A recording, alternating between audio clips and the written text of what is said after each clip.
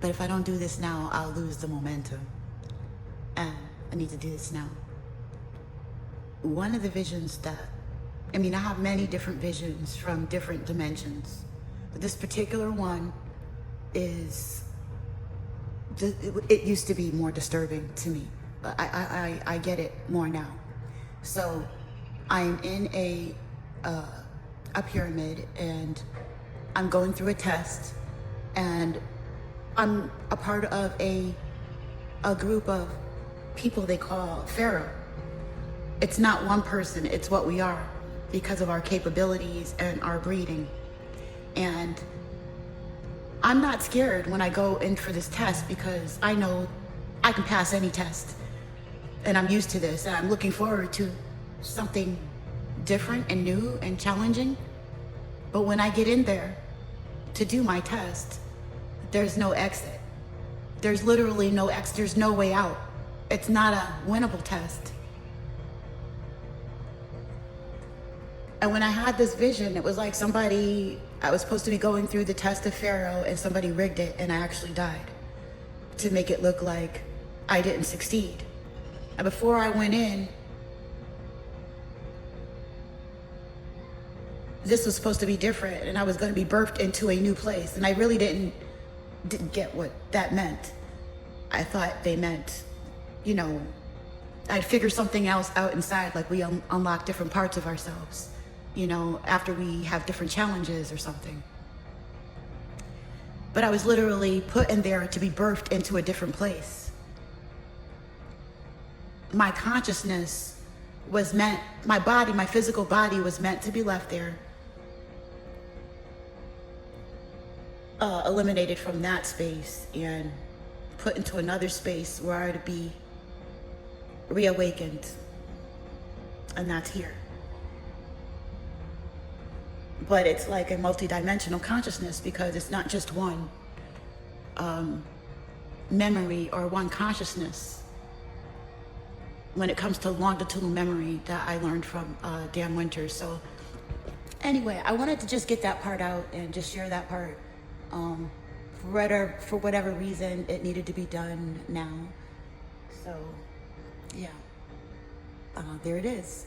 I was in a pyramid, and I was going through a test of the Pharaoh, and I expected to come out of it with some kind of new knowledge, a new dimension spiritually, of wisdom or something from going through this challenge. And my physical body died in there, and my consciousness evolved in another space where it would be needed. I don't know, it sounds weird to me now, but anyway, that's what I recall. This guy has a nerve. What are you doing? That's what I remember. They're just coming out longer. I need to be able to share. That's one of my totems. That is funny. Anyway, a shaman friend was funny. Used to equate me to the raccoon, little bags under my eyes. I think it's still cute. Anyway, yeah, we had to be able to share a multi-consciousness because the capacity of that's what it was. The trauma, particularly, had to match the frequency of trauma, and that's why I was put through that.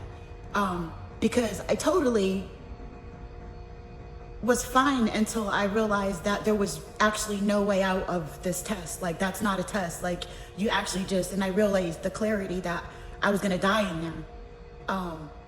And I wasn't told that that's, I was gonna have a physical death. I was just told that I would be rebirthed, I'm thinking metaphorically, but it's actually physically too, because when we evolved spiritually and, and mentally with our technology, our physiology also evolved. So I thought that they were talking about that, but that's not what they were talking about. They were talking about being here. And the way to be there was to match the frequency of the trauma.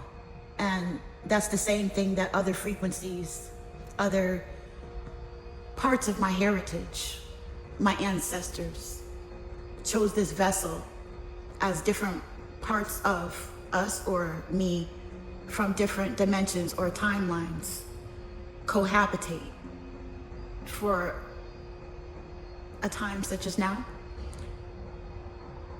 And so basically that was it, okay? It was the matching of the trauma frequency and the DNA of the vessel and the timeline, or the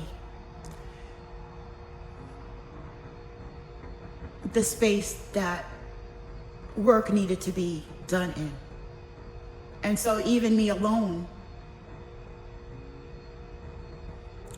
talking in different terms, but this is what happens when you get in touch with different parts of your consciousness. And I'm just trying to explain things. Like there's different parts of me that learn things from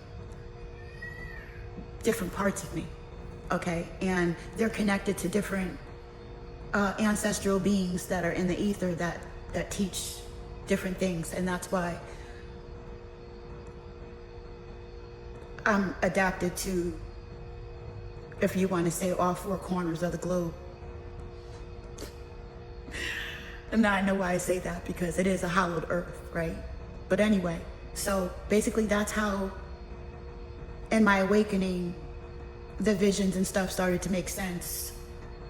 And my likes and interests, my name, my frequency, my human design, and my life path, okay? So that's why it's important that you look for things that are exclusive to you, and then you find out who you are, because that's very important in unlocking